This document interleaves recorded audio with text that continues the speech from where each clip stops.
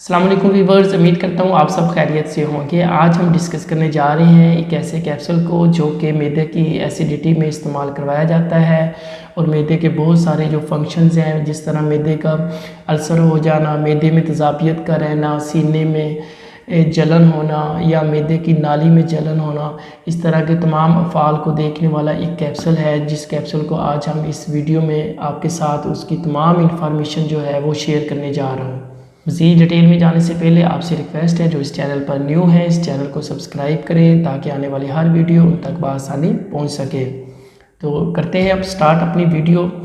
सबसे पहले मेडिसिन का जो नेम है वो मैं आपके साथ शेयर करता हूँ। कैप्सूल डेप्लाजोल कैप्सूल, जो कि नहायत ही मुफीद कैप्सूल है। मैदे की तमाम जुमला अमराज को देखता है और उस पर काम करता है और इसके जो रिज़ल्ट्स हैं वो नहायत ही मुफीद हैं। बात करते हैं इसकी कंपोजिशन की। इसकी कंपोजिशन जो है डेक्सलैंसोपैराज़ोल है।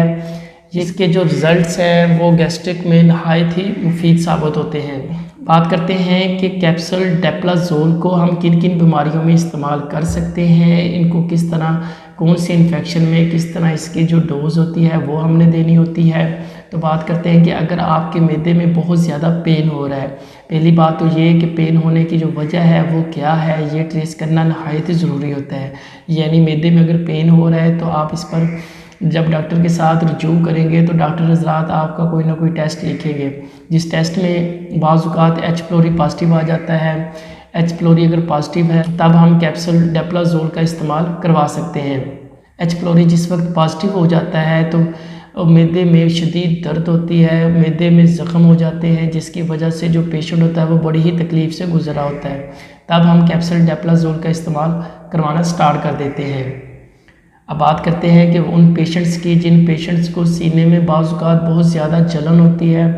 जलन होने की वजह से जो मैदे का पानी है वो उनके गले में आ जाता है, जिसकी वजह से उनका मुंह का जो टेस्ट होता है वो ख़राब रहता है।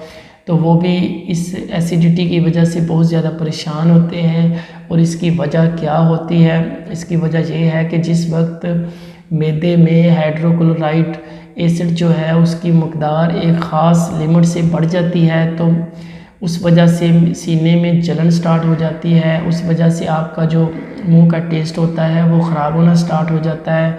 तब भी हम इस कैप्सूल का इस्तेमाल करवाते होते हैं।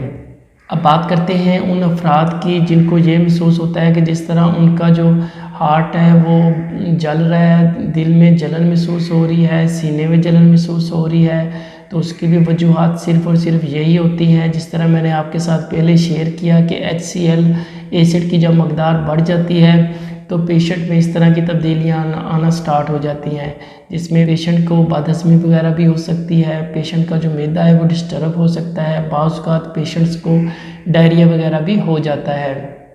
अब बात करते हैं कि इस टैबलेट का जो इस्तेमाल है वो आपने कैसे करना होता है। इसका इस्तेमाल अडल्ट्स में करवाया जाता है। इस कैप्सूल को आपने डेली बेसिस पर एक कैप्सूल का ही इस्तेमाल करना होता है, इससे ज़्यादा इस्तेमाल ना करें। कोशिश करें कि आप किसी न किसी मुस्तनिद डॉक्टर से मशवरा करें और अपना चेकअप करवाएं ताकि वो इस मेडिसिन को रिकमेंड अपने तरीके से कर सकें, ताकि इसके किसी भी किस्म के साइड इफ़ेक्ट से आप बच सकें। अब बात करते हैं कि जब आपने इस टैबलेट का इस्तेमाल स्टार्ट कर देना है, इस टैबलेट के इस्तेमाल के साथ साथ आपने कौन सी परहेज़ करनी होती है। यानी कि बाज़ पेशेंट्स जो हैं जब उनको एसिडिटी का मसला होता है तो उसके साथ कोई भी किसी किस्म की परहेज़ नहीं करते। खाने पीने में वो अपनी डाइट का वही इस्तेमाल कर रहे होते हैं जैसे वो पहले कर रहे होते हैं, यानी बहुत ज़्यादा फ़ास्ट फूड का इस्तेमाल करना, चावलों का इस्तेमाल करना, इस तरह की तमाम चीज़ें जो हैं वो मैदे के लिए नुकसानदेह हैं और आपके जो मेडिसिन का जो असर होता है उसको भी वो डिस्टर्ब कर रही होती हैं। तो लिहाजा आपने जब भी मेडिसिन स्टार्ट करनी है या आपको कोई मैदे के रिलेटेड कोई मसला आ गया है या फिर कोई मैदे में शदीद दर्द हो रही है या आपका H प्लोरी पॉजिटिव हो गया है, तो आपने तमाम तली हुई चीज़ें वो आपने छोड़ देनी है। आपने फ़ास्ट फूड की जितनी भी चीज़ें आप यूज़ करते हैं उन तमाम चीज़ों से आपने परहेज़ करनी होती है।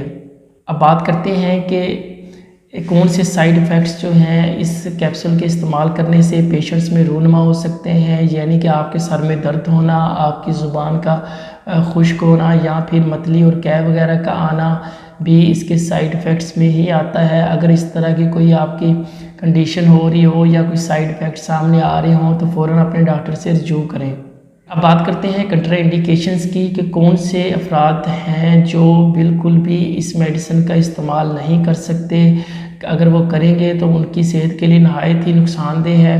गुर्दों के जो पेशेंट्स हैं वो इस मेडिसिन का इस्तेमाल नहीं कर सकते। ऐसे ही हामला ख़वातीन इस मेडिसिन का इस्तेमाल बिल्कुल भी नहीं कर सकती बिना किसी डॉक्टर के मशवरे से। ऐसे ही वो माएँ जो अपने बच्चों को दूध पिलाती हैं वो भी इस मेडिसिन को इस्तेमाल करने से पहले अपने किसी न किसी मुस्तनिद डॉक्टर या फार्मासिस्ट से रजू करें।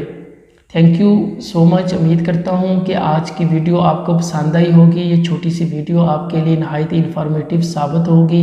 इंशाल्लाह मिलेंगे अगली वीडियो में एक नए टॉपिक के साथ। तब तक के लिए इजाज़त चाहता हूँ। अल्लाह हाफिज़।